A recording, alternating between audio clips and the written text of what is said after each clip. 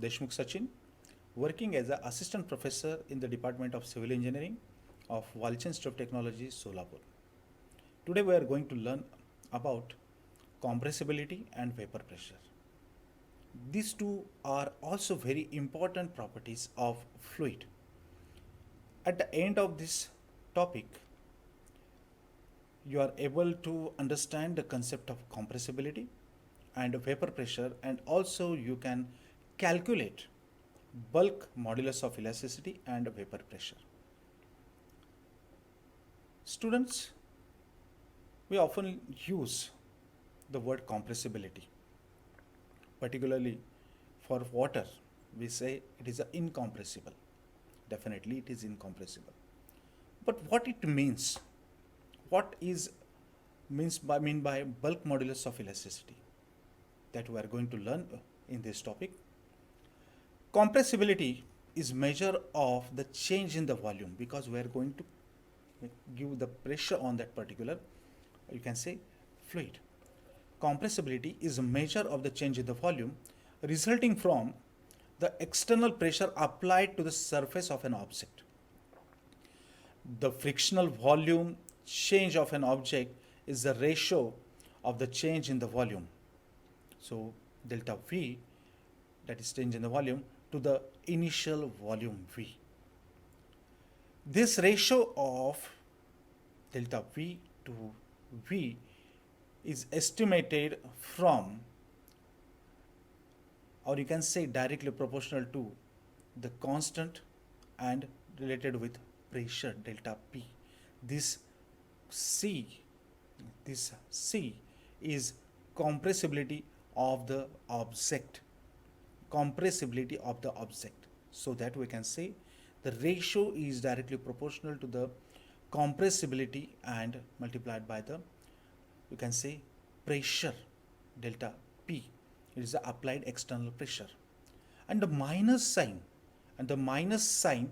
is needed to assure that an increase in the applied external pressure will result in the decrease in the volume. That's why this minus sign is kept over here. When you are going to apply the pressure, it results in the decrease in the volume of the object. Similarly, a decrease in the applied external pressure will result in the increase in the volume. When you are going to decrease it, again it is going to increase in the volume. That's why the minus sign is given in the equation. Now just see the figures for compressibility. Here pressure is applied.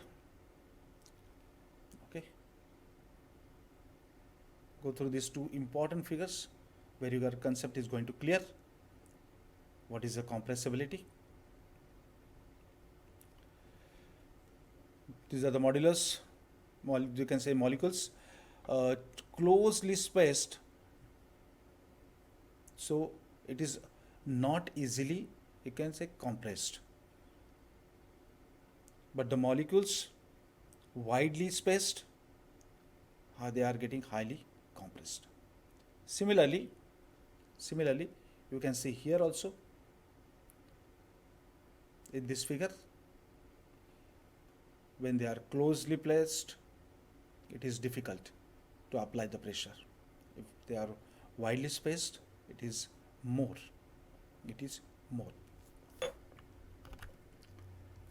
The variation in volume of water with variation of pressure is so small that for all practical purposes it is neglected. So we say water is incompressible. Thus the water is considered to be incompressible liquid. Just imagine other fluids which are all real fluids, they are compressible. The compressibility in fluid mechanics is considered mainly when the velocity of flow is high enough, reaching 20% of speed of sound in the medium. See, elasticity of fluid is measured in terms of bulk modulus of elasticity, that is K. We denote this by K, which is defined as the ratio of compressive stress to volumetric strain. Keep in your mind, bulk modulus of elasticity, it is a ratio of compressive stress to volumetric strain. Now the question arises, why, how it comes and why it is we have to study. Because this bulk modulus of elasticity, from this we are going to find out the compressibility. How is, we'll see. Okay, just keep in mind, it is the ratio, bulk modulus of elasticity is the ratio of compressive stress to volumetric strain.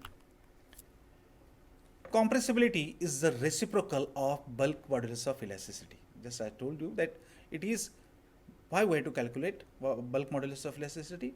Because compressibility, it is a reciprocal 1 upon k. 1 upon k, that is a compressibility. What is k? K is a bulk modulus of elasticity. Now we'll see. Let V is the volume of a gas enclosed in the cylinder, which is a compressible. P is the pressure of gas when volume is given to you, V. So P by A, it is, you can say, this P is a pressure, and you can say pressure intensity, and this is a pressure. Okay, so P, where A is the area of cross section, so P, that is Newton per meter square, it is the pressure we are getting. Let the pressure is increased to P plus dP. The volume of gas decreases to V2 V minus dV, V minus dV. Then the increase in the pressure is equal to, you can say, that is decrease in volume, that is dV. So volumetric strain, it is dV upon V. Volumetric strain, it is dV upon V. Change the volume to the original volume. So bulk modulus of elasticity K, it is dP, increase in the pressure. dP is increase, small increase in the pressure upon volumetric strain, that is dV by V, dV by V. And compressibility is reciprocal of bulk modulus of elasticity. So it is 1 upon K. So it is 1 upon dP upon dV upon V, that is, and again it is minus. Again it is minus because change in the volume, that is decrease.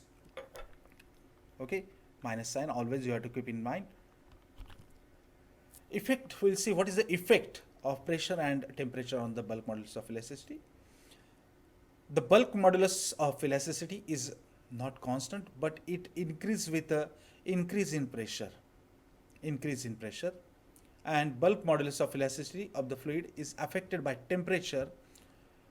In case of liquids, bulk modulus decreases with increase in temperature.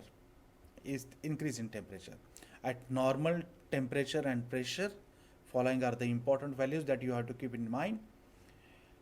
Bulk modulus of elasticity for water, it is 2.07 into 10 to the power 6 kilonewton per meter square, and that of for air it is 101.3 kilonewton per meter square.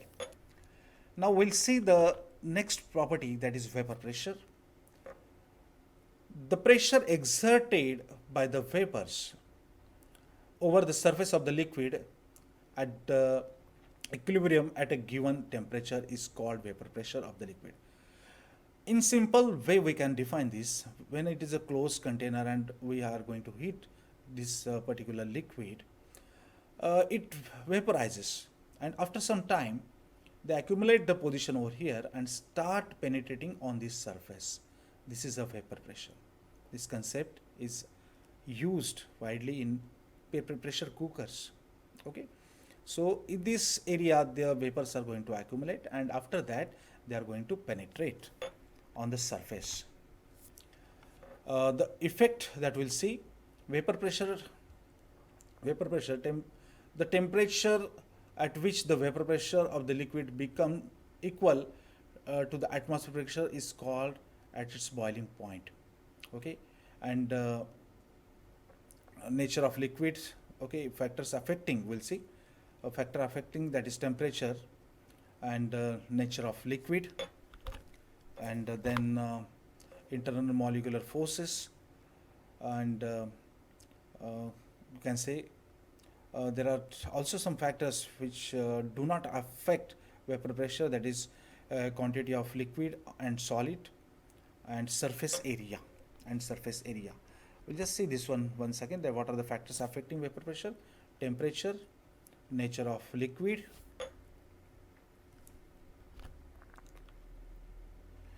intermolecular forces. These are some review questions for you.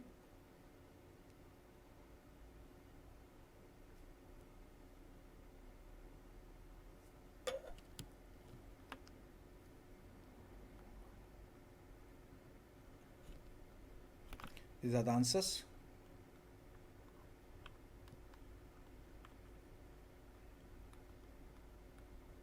Go through this carefully. Use these books as for your reference. Try to solve more and more problems on this.